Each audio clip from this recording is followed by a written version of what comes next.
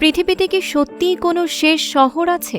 এমন কোনো জায়গা যার পর আর নেই কোনো স্থায়ী জনবসতি, শুধু বরফ, সমুদ্র কিংবা অনাবাদী প্রান্তর?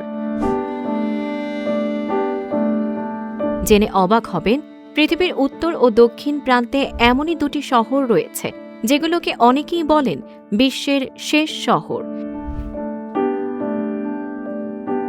একটিতে বছরের পর বছর তীব্র ঠান্ডা আর দীর্ঘ অন্ধকার।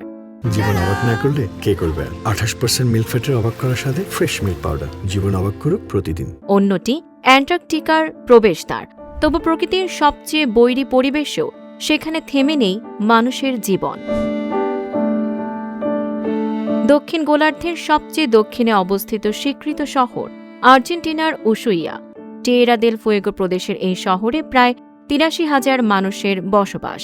পর্যটন, মৎস্যশিল্প ও বন্দর কেন্দ্রিক অর্থনীতির পাশাপাশি বিশ্বের অধিকাংশ অ্যান্টার্কটিকা অভিযান এখান থেকেই শুরু হয়।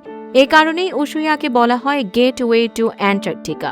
অন্যদিকে উত্তর গোলার্ধের সবচেয়ে উত্তরের স্বীকৃত শহর যুক্তরাষ্ট্রের আলাস্কার উটকিয়াকভিক। আর্কটিক সার্কেলের অনেক ভেতরে অবস্থিত প্রায় ৫,০০০ মানুষের এই শহরে শীতকালে টানা প্রায় ৬৫ দিন সূর্যের দেখাও মেলে না।